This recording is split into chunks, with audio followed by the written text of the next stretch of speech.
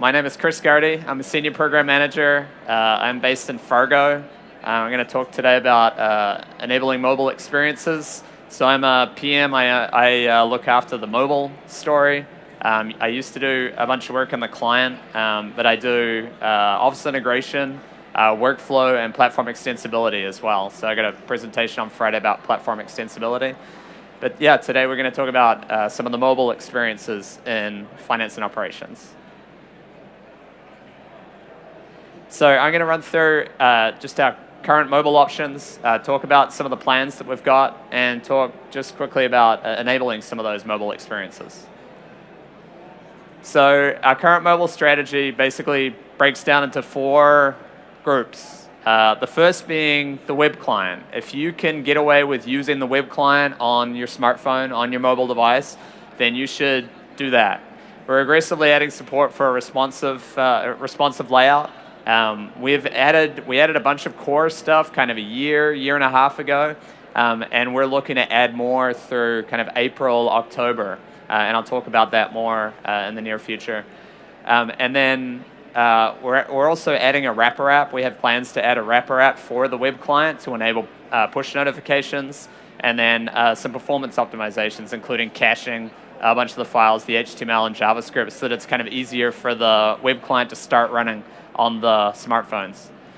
Second option is the mobile client. So that one provides our offline story. So we've got 10 workspaces that we provide out of the box. And you can create additional workspaces. There's some documentation out there. If you get out to the docs and search for a mobile client and the Unified Operations app, that's what the mobile client is. And you can see that there on the second piece there. And I'll talk more about that soon. And then for custom build, you can use Xamarin or other mobile frameworks. So we use Xamarin to build our warehouse app, which you can see here in the background. And then the other option that you can use is using Power Apps. So Power Apps is a little bit limited right now, especially the support for multi-company. Right now, if a user wants to show data from a company, they can only show the data from their default company that they've got selected in the web client. So it's a little bit limited, but there's improvements to that coming soon. So drilling into a little bit more detail on these. So yeah, number one being the responsive web client. So you connect to that via the smartphone browser. Simple forms look great already, and a bunch of the navigation, the desktop, the dashboard, and the workspaces, they all look good. We're going to do some work around improving side scrolling and grids, and then there's a plan to do a wrapper app for, as I mentioned, the push notifications and faster startup. And then for the mobile client, again, this is going to be an internal audience. So this is the Unified Operations app if you go to the iOS store or the Android Play Store. And this has the offline support that is needed for some scenarios. And you can use the existing workspaces or add them as needed to meet your scenario needs. And then for Power Apps, so you're going to connect using the Dynamics 365 for Operations connector. We haven't quite got the finance piece in there yet as far as the branding is concerned. And that can be embedded into the client as well for Platform Update 14 and beyond. And you're really just going to build to meet your scenario needs, and you're going to choose between either Power Apps or Xamarin for that custom build. And then when you're doing Xamarin, you're going to connect using the custom services or the OData services. So the OData services is what we use within the Excel add-in to connect and get data and publish changes back into finance and operations. Yeah, and as I mentioned before, the Warehouse Solutions app is built using Xamarin. So it's a well-supported route to go. And certainly if you have any trouble with that, you can let us know and we can help you out with that. So really choosing between these mobile experiences comes down to kind of an if-then-else statement. So if your users don't need offline support, then use the web client on a mobile device. If they do need offline support and an existing workspace meets their needs, then use the mobile client, so the Unified Operations app. If they need offline and an existing workspace doesn't meet their needs, then you're basically going to be choosing between, do I build something using the mobile client, which we have a lot of documentation for, but can be a little hairy because it's X++ and metadata, and then also this kind of JavaScript layer over the top. Or do I go with Power Apps and Xamarin. Xamarin's going to give you kind of full control of your experience and enable you to build a very differentiated experience. So we highly recommend looking at Xamarin as an option there. Yeah, to build for your specific experiences.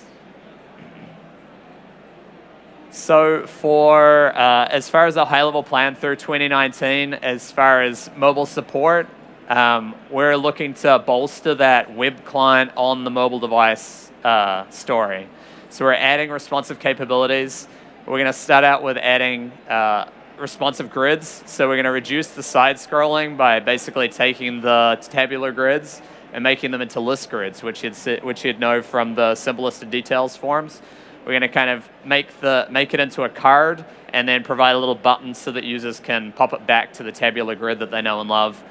And then we're going to do some work around making the simplest in details easier to navigate. So instead of clicking on an item and then scrolling across, we're going to make it so that they click on an item and we just automatically show them the details. And then for the action panes, we'll collapse and contract those as needed. Kind of just a better way for smartphones and mobile devices. And then we'll add other responsive layout features. We've got kind of a list of 10 to 20 that we've got on kind of our priority 2 list, and we'll see how many of those we get through in 2019. And then we're also going to add, as I mentioned, the mobile app for the web client, so that that'll ease access by providing a listing in the app stores so that they can easily acquire that app and find environments, do an environment lookup and selection, make the sign-in experience a little bit easier. And then we'll add push notifications to alert user to things popping up in the Action Center, and then performance optimization, so caching the HTML and JavaScript that they might need. So web client on a smartphone, so in PU and Platform Update 16, which you will be seeing when Platform Update 20 reaches general availability here in a couple of days. So I've just got some before and after looks at the responsive tweaks that we delivered in Platform Update 16. So this was before, so the dashboard looked pretty good, but what we did was we got rid of the black bar on the left and that kind of space on the left, we trimmed that up.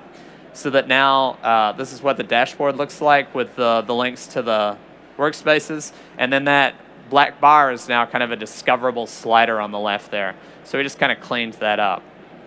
And then the navigation hasn't really changed. And then the standard menus, they all display just fine. I mean, you can see the Action Center changed from a drop-down experience to a full screen experience being the Action Center, so it's a little bit easier for a smartphone to display. And then the workspaces, again, that kind of left side piece, we tightened that up, made it so that we can display an extra kind of tile and a half. And then if the action panes are collapsed, I'll just go through the after visuals. If the action panes are collapsed, the forms actually look pretty good. So forms that don't have side-scrolling grids, they look pretty good. You can navigate through them. Users can move through them just fine. The fast tabs will kind of collapse up. They just get displayed vertically in a vertical stack. And all of the fields just get displayed in a single column. So it really does look pretty good. And then as I mentioned, the grids, if you've just got a couple of fields in there, they're really nice. And then you always got a scroll bar so the user can kind of touch and hold and scroll across as needed. And then this is showing just the fast tabs all stacked up. So they're looking pretty good. And then the action the parameters forms look pretty good as well with the tabs displaying there. We did a little tweak to make that better. And then this is kind of showing the simplest in details experience right now. And what we'll do is we'll make it so that this just displays the full width. And then when you click on it, it'll show you the details. Right now you have to select, and then you have to kind of scroll across. So it's a little bit cumbersome. But enabling the web client on the mobile, on mobile devices, so smartphones, people are often like, well, how do I get to my environment? It's really just a matter of you're going to either type in the URL, or one of these two options is really nice on a smartphone.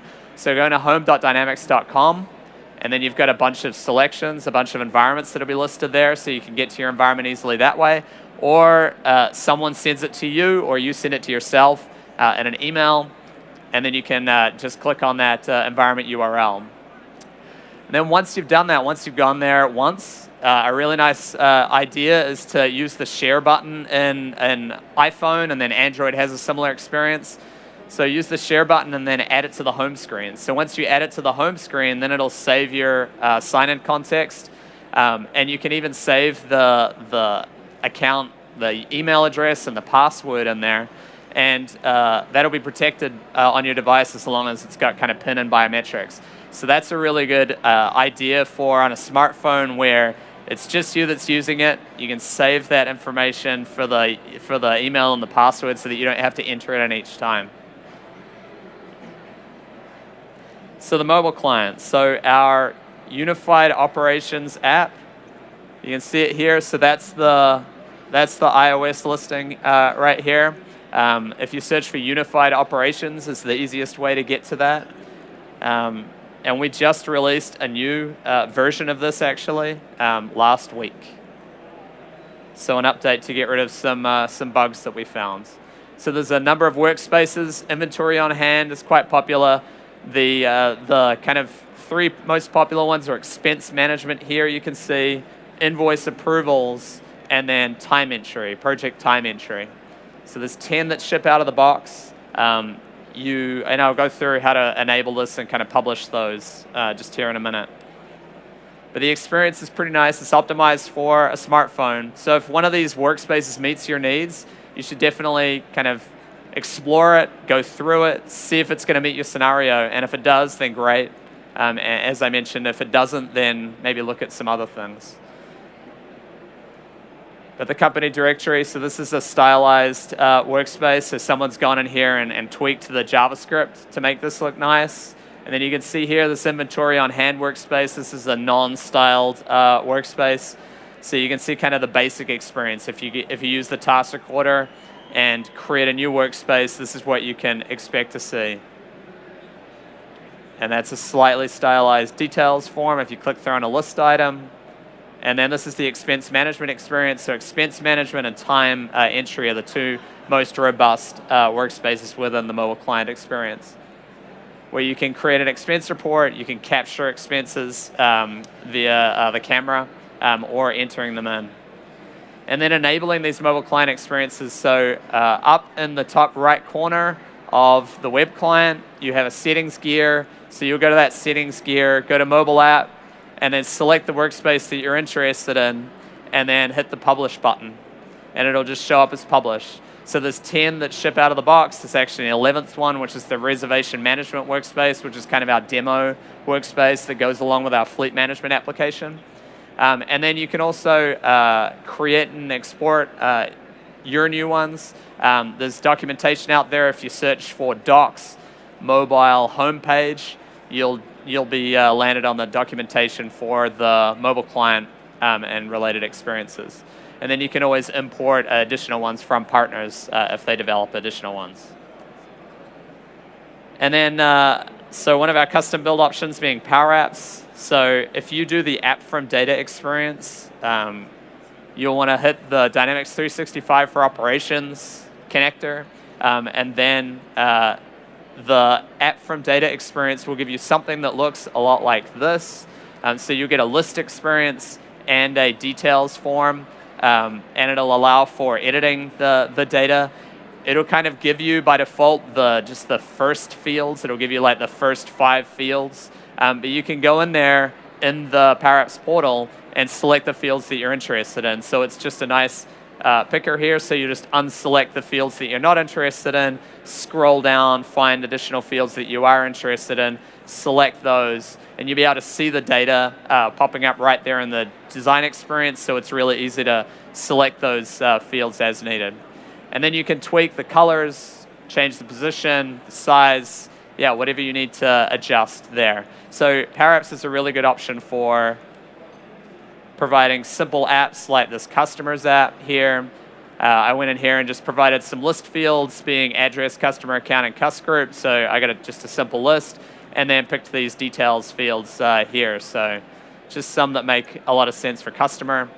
And then you update the search expression up here, and then it'll search across any fields that you want it to search across. So you can search on the ones that are listed there, or you can search on additional ones as needed.